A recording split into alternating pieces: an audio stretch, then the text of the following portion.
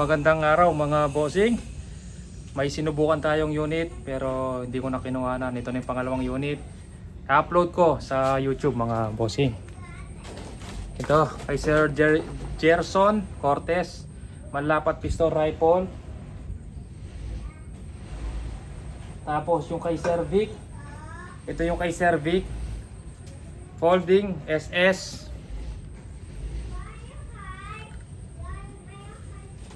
Caliber 22, naka 20 inches, DBB barrel R, DBBR, threaded silencer mga bossing. May extra barrel na Lothar Polygon. Isang silencer lang po yung gamit sa dalawang barrel. Yan. Chrono 850 FPS po ang lakas ng unit, ang bilis ng bala.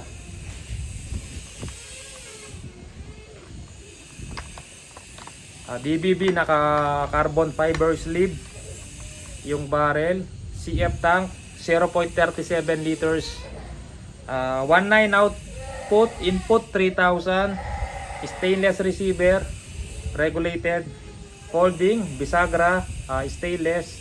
Hammer stainless, trigger stainless. Kamagong wood stock, folding. May lagayan ng bala, caliber 22. Yung extra barrel nasa loob po, Lothar po na mamahalin na barrel kay Sir Vic. Scope pala, Athlon scope na Athlon, anong size nito? 618 x 44 na scope, napakalinaw po. Ngayon zero natin.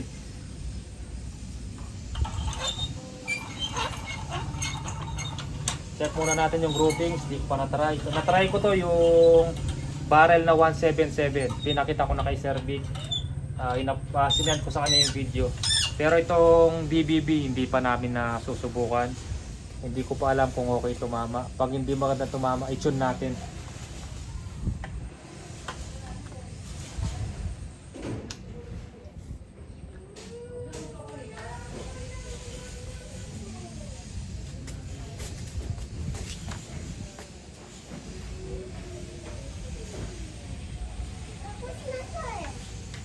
Nak, huwag ka lalabas, nak.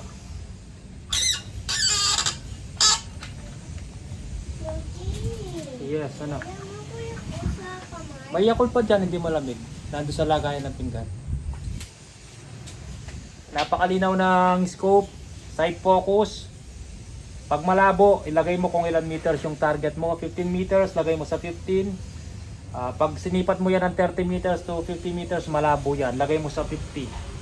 Depende sa layo. Alam na alam mo pag malabo, wala ka sa tamang distansya ng scope. Meron siyang side focus. Yan. Lilinaw yan kung yung target mo akma dito sa nakalagay dito sa focus niya mga bossing. Yan, nakalagay siya sa 15, mga 15 meters. Ngayon pakita ko yung target.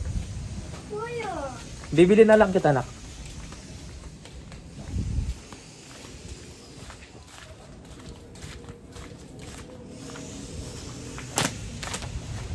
Yan, yung tama isa lang yung kanina sinubukan natin yung pistol rifle. Dito tayo sa taas mga bossing.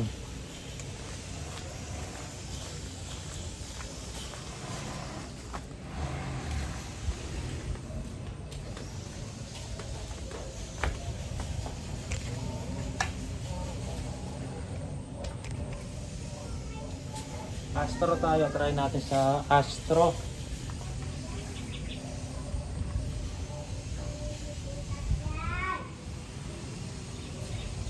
Dahil po natin lalabas na.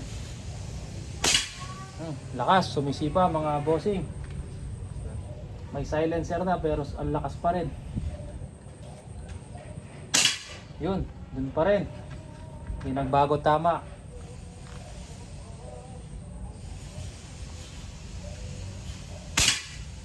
Pangatlo, dun pa rin.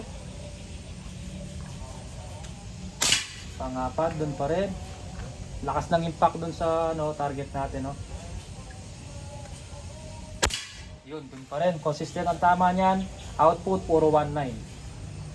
Zero natin.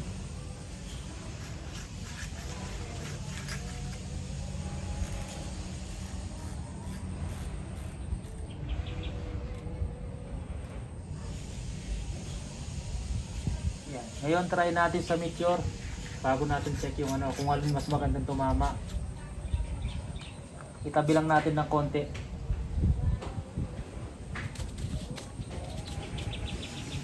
Sa meteor naman tayo, nasan yung balang meteor? Ito, meteor. Gumagalaw eh, sumisipa, may recoil yung unit.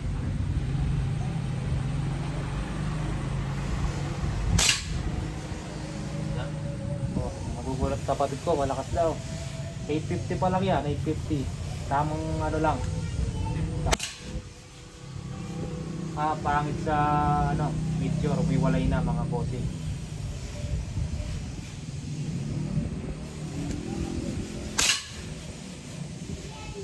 Gumagalaw pa ng konti pala oh. Umaalog ng konti. Pakita natin.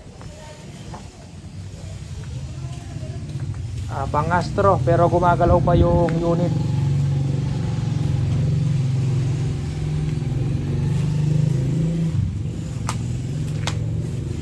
Ayan mga bossing, ito yung Astro. Tapos ito yung tatlong meteor. Ayan. Astro, tatlong meteor. Meteor, walang dikit-dikit, iwalay na agad. Hindi kagaya ng Astro, 5 shots. Yan, dikit-dikit siya. Isang butas lang, bulaklak. Yan, Cervic. Okay po tumama gamit yung Astro pellet.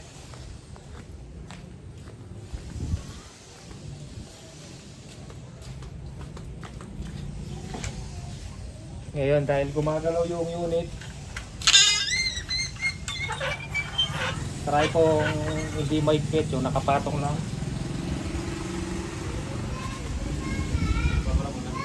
Oo.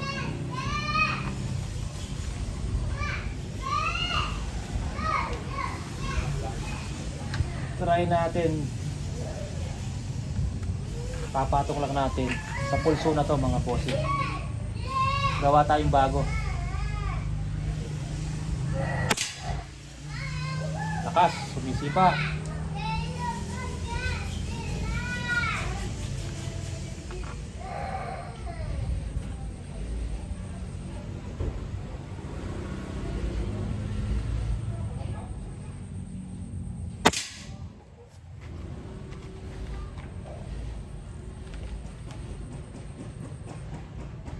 Ako ganyan ako magsero mga bossing, hindi ko iniipit sa gato.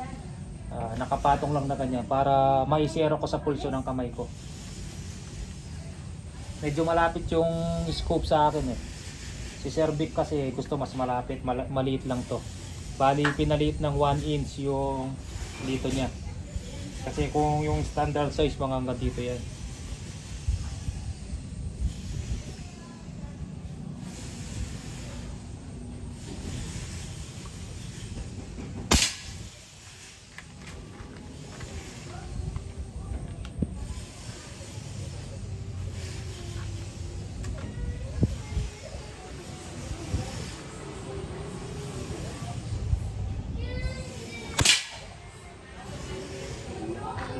Okay siya.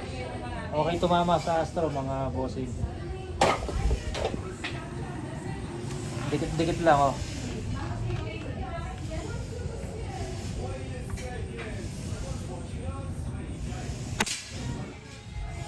Lakas. Ito Cervic. Okay na po unit nyo. Yan oh, kumikinang. Binapping na natin.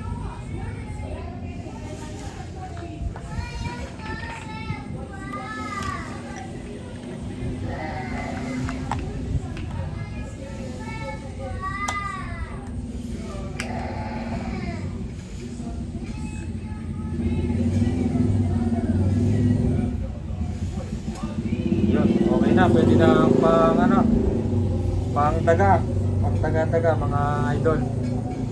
Sige po mga bossing, may susubukan pa pala tayo. Ay isesend ko na lang yung video, yung groupings ng unit. SPMC frame type, dalawa po. Tapos pistol rifle, yan, sinubukan na natin. Tapos yung napanalunan sa raffle, yun, tatry din natin. Papadala natin sabay-sabay bukas mga bossing. Sige po, maraming salamat po.